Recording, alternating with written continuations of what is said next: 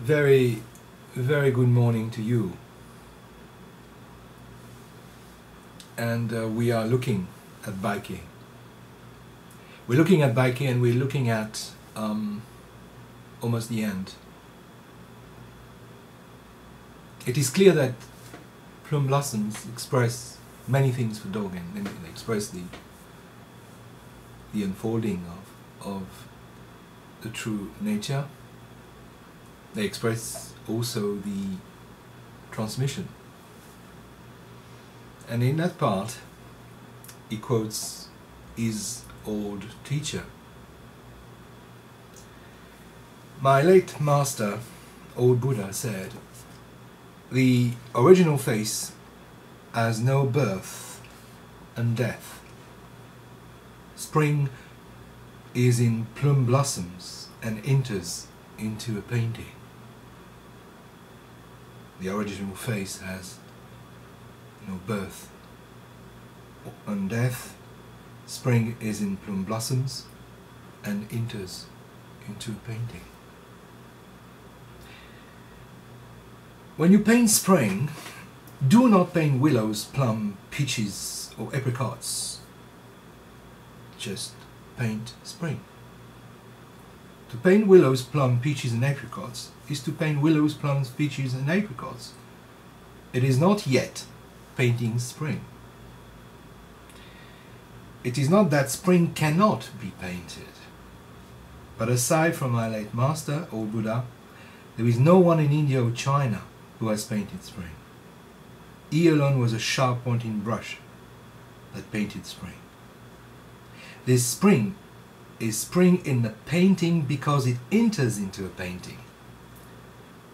It does not use other means, but lets plum blossoms initiate spring. He lets spring enter into a painting and into a tree. This is skillful means. Because my late master, old Buddha, clarified the treasury of the true Dharma, he correctly transmitted it to Buddha ancestors who assembled in the 10 directions of past, present and future. In this way, he thoroughly mastered the eyeball and opened up plum blossoms.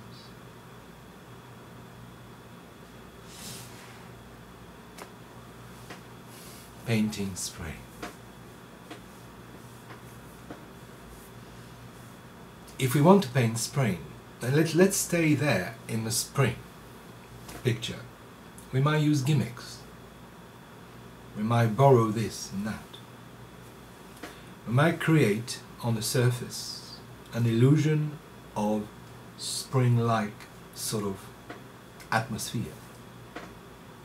Dogen says, not spring. Of course, the spring he is talking about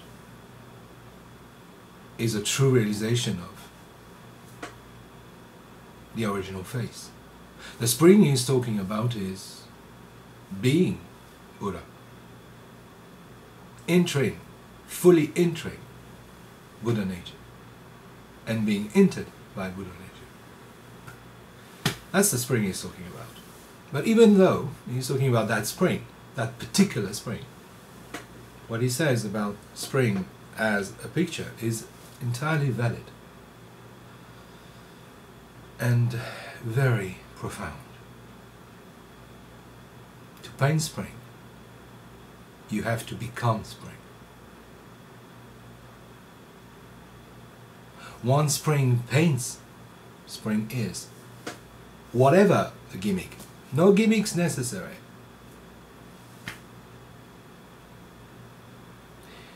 This is not the skin understanding the muscles. This is not the tendons. This is not the bones. It's a real marrow. You whoosh at the very, very, very core. Whoosh, spring. It's quite big too, and simple. So it's of course about practice. If you sit zazen, if you sit zen, thinking you're going to make it, you are using a gimmick. You are You are putting on robes and stuff and just pretending, but that's not it. The teaching is to let Buddha sit. Buddha. Let Buddha sit. Zazen. That's what I always repeat, you know. And that's what Dogen says all the time. Let spring paint spring. It's very intimate, very direct. You can't just mess it. And of course, in a previous part of the chapter, which we didn't actually look at, but you may read it, he was talking about blossoms as being also old branches, and why not stones?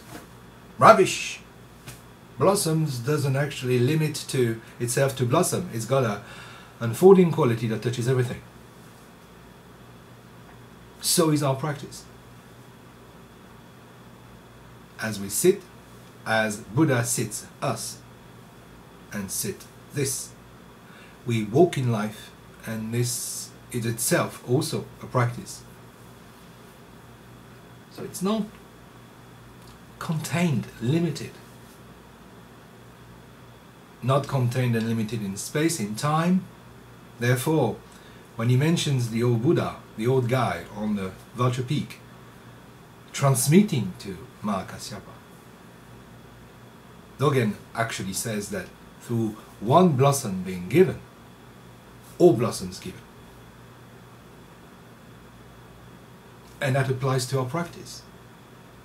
One sitting, one Buddha sitting, all Buddha sitting, all universe sitting. Instantly.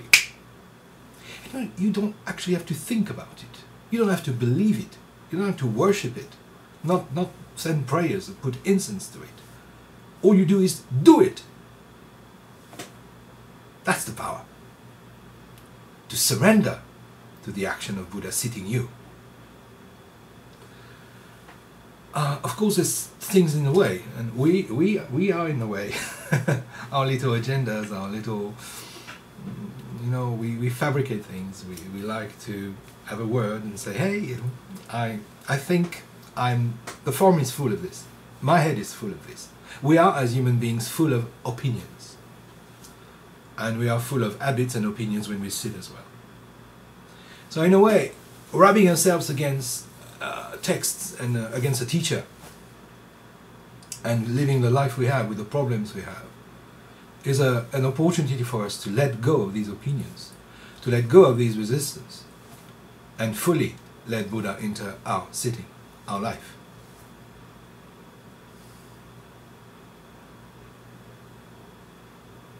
So the text in itself, it's not really important. It's a fake spring. The teacher itself, himself, herself, not important. But what the teacher is pointing at, what the text is pointing at, that's what you have to follow. No doubt. Jump.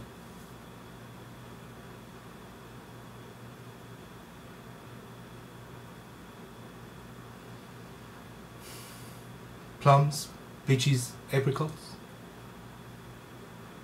Garbage. Interesting fruits. Garbage too. Garbage is plum, blossom.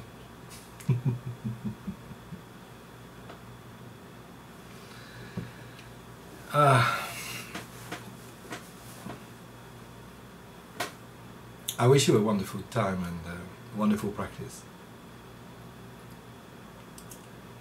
And please allow Buddha sitting you.